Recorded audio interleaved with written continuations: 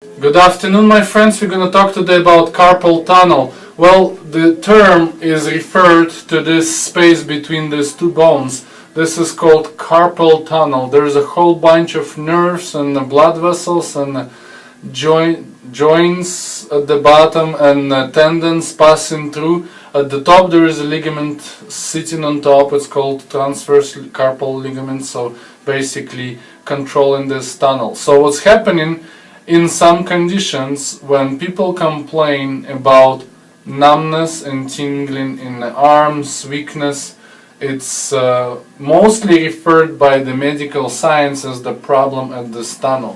What we found out that often it's not the tunnel problem, because tunnel is regularly stays the same size. It's what's happening with the tissue inside. So what's happening, continuous overuse of a wrist, so the soft tissue tendons getting inflamed, and when they get inflamed it's like a balloon. It's minimizing the space for other structures like nerve, for example, and then it's become a problem. Anything that is causing expansion inside of this tunnel, including the nerve issue, because sometimes nerves get inflamed too because they're wrapped around in a special sheet, allowing them to slide when we are moving our body parts.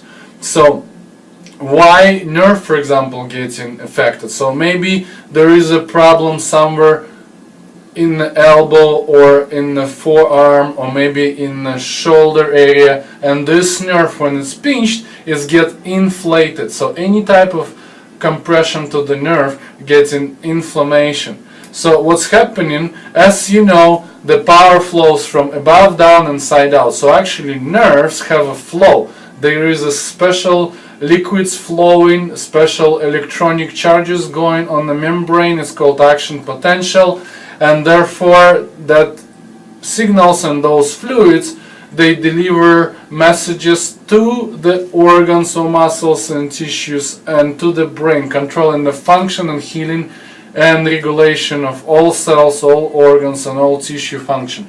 So one of the most important things, obviously, we need to do a full examination and assessment and modify the cause of effect. And one of the most important thing is those nerves coming from the neck area. And one of the most amazing treatment that we found often, just by working in the neck, removing the pressure here, inflammation of the nerve falls down, less inflammation here, less problems here, and everything gets back to normal and restored. Amazingly enough, if you think about it, it's kind of crazy. Why would we adjust the neck if there is a problem in the wrist? I had that, many people asking me, and miracle is that we start working with the neck, with the arm function and so on and so forth, and the problem goes away without surgery, which is in many instances failing because they need either to do a repetitive surgery or scar tissue, because the surgery just cut this ligament and eventually scar tissue builds up and the problem returns if you don't take care of the cause properly. So what I suggest you to go and see a chiropractor to do a proper biomechanical functional structural evaluation, examination, and doctors will give you recommendations and tell you what's the cause of it. So God bless, and if you need our help, you know where to find us.